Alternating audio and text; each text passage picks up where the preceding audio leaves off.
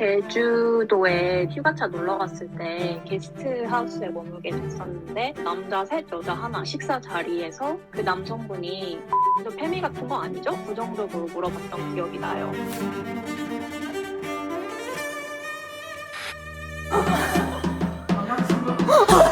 이래도 되는 건가?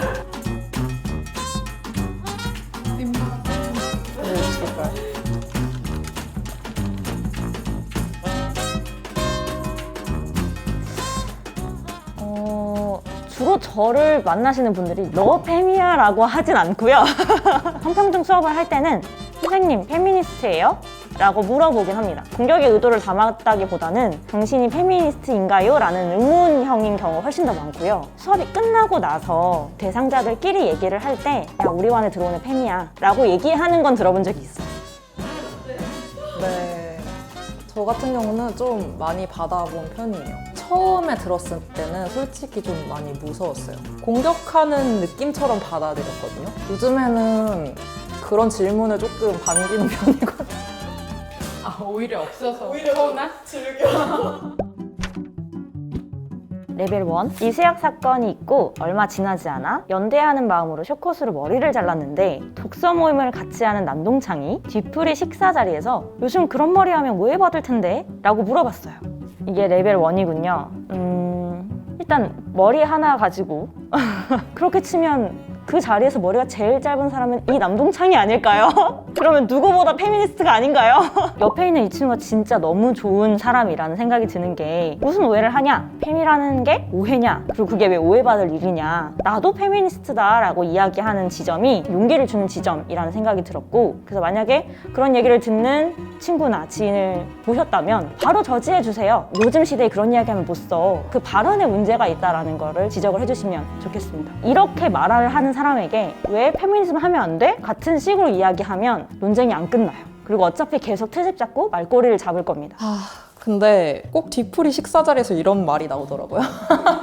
제가 쇼컷이기도 하고 이제 뭐 화장도 안 하고 다니고 담배도 피우고 술도 마시고 이래가지고 오해가 아니라는 것도 말을 해야 되고 이걸 말한 사람한테 질문을 되돌려야 된다고 생각을 해요. 안티페미니스트야? 너 그런 말 하면 뒤에서 다 수군거려. 항상 저희가 질문을 받는 입장인데 이런 대응을 할 때 있어서 중요한 거는 질문을 되돌려줘서 상대방이 좀 더 감정과 어떤 시간을 소모하게 만드는 거죠. 이런 질문을 하는 사람들과의 관계를 이렇게 고민을 해야 되나, 손절하는 것에 대해서 그렇게 두려움을 느끼지는 않으셨으면 좋겠다. 그러니까 그리고 머리가 짧은 사람만 페미니스트일 거라는 착각. 그쵸. 네 옆에 있는 긴 머리도 단발머리도 쇼컷도 다 팹니다. 얼마나 놀랄까.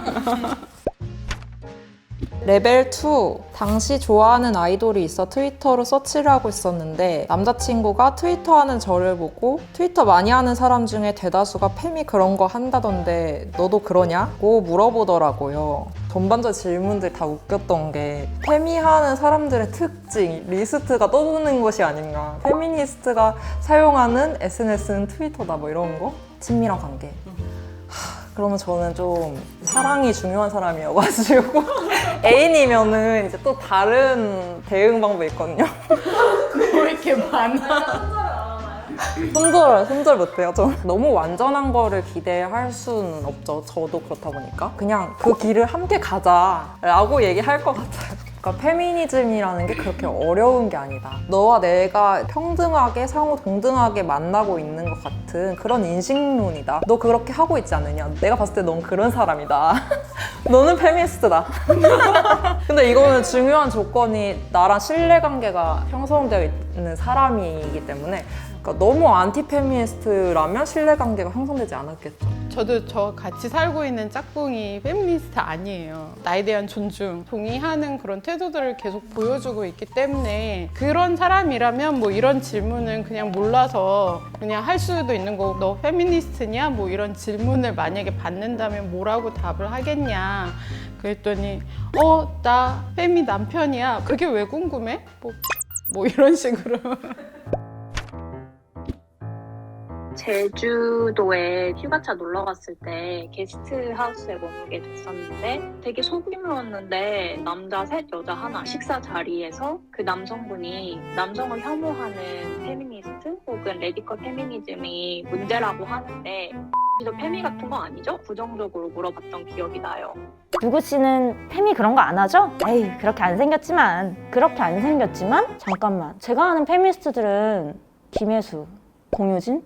잠깐만, 저보고 못생겼다고 하시는 거예요? 저 지금 상처받았어요. 아예 당신이 지금 외모 평가를 하셨어요 라고 얘기를 해버리는 거죠. 중요한 건 그래서 저 상처받았어요. 그러면 이제 뭐 상대방이 아니 뭐 장난으로 한 말인데 뭐 웃자고 한 말인데 근데 저는 못 웃었잖아요 라고 하는 거죠. 이분들이랑 계속 관계를 안 이어가도 나한테 불이익이 없는 관계인 거잖아요. 싸울 것 같아요. 그리고 이런 사람들한테는 너가 한 행동 되게 무례하다 표현을 해줘야 될 것 같고, 밤에 잠을 못 자거나 이런 상황들이 생기잖아요. 저 같은 경우도 그런 상황이 발생하면 늘 나중에 시간이 흐르고 나서 제 자신한테 화를 냈던 것 같거든요. 내가 왜 그때 그런 말을 못했고 쟤네한테 잘못 보여서 나를 저런 식으로 공격하는 건 아닐까? 그런 상황이 어쩔 수 없이 발생했다고 하더라도 자기 자신을 탓하지 말 것.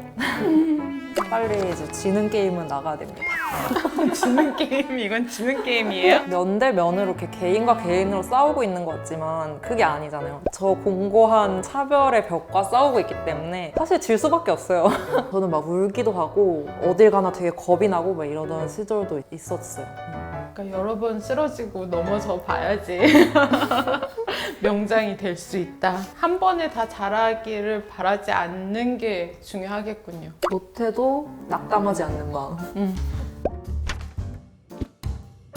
저보다 회사에서 오래 일하고 나이도 많은 직장 동료가 다른 여직원이 페미라면서 험담을 하며 이간질을 하던 상황이었어요. 대충 맞장구를 쳐주고 대화 소재를 돌리려고 했는데 너도 페미야? 라는 질문을 피할 수 없더라고요. 네, 굉장히 곤란한 상황을 당하셨네요. 너 페미야? 라고 물어보면서 뭔가 불이익을 줄 것 같은 암시, 그리고 페미니스트에 대한 어떤 혐오 발언, 그런 것들은 대표적인 차별적 괴롭힘에 해당합니다. 그런데 우리나라에서 이 차별적 괴롭힘 같은 경우에는 차별금지법에서 규율을 하려고 하는데요. 아직 10년 넘게 통과가 되지 못하고 있죠. 법적 공백 상태라고 볼 수 있습니다. 그렇다고 해서 방법이 없는 건 아닙니다. 굉장히 반복적으로 행해지거나 혹은 이걸 이유로 뭔가 따돌림이 있거나 그보다 더한 어떤 불이익 같은 게 있다면 이건 직장 내 괴롭힘이 될 수 있습니다. 이런 사람은 한 번만 하지 않잖아요. 평상시에 문제가 되는 발언이나 행동들을 잘 기록을 해두고 또 증거를 모아두시는 게 필요할 것 같습니다.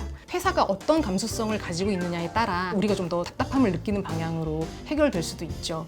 그리고 이거는 제가 사용하는 꿀팁인데 상대방의 뭔가 헛소리를 들어야만 하는 상황이 있잖아요. 사회조사 연구원이 된다고 생각을 해요. 그러니까 안티페미 인터뷰를 한다. 내 삶에 저런 사람들 별로 없다. 라고 좀 거리 두는 방식으로.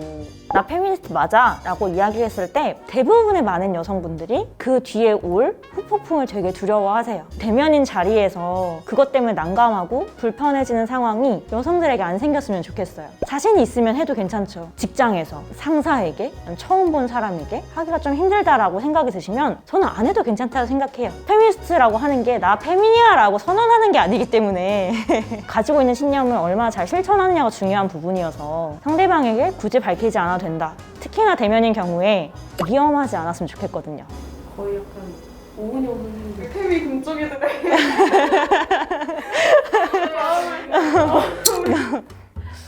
좋습니다.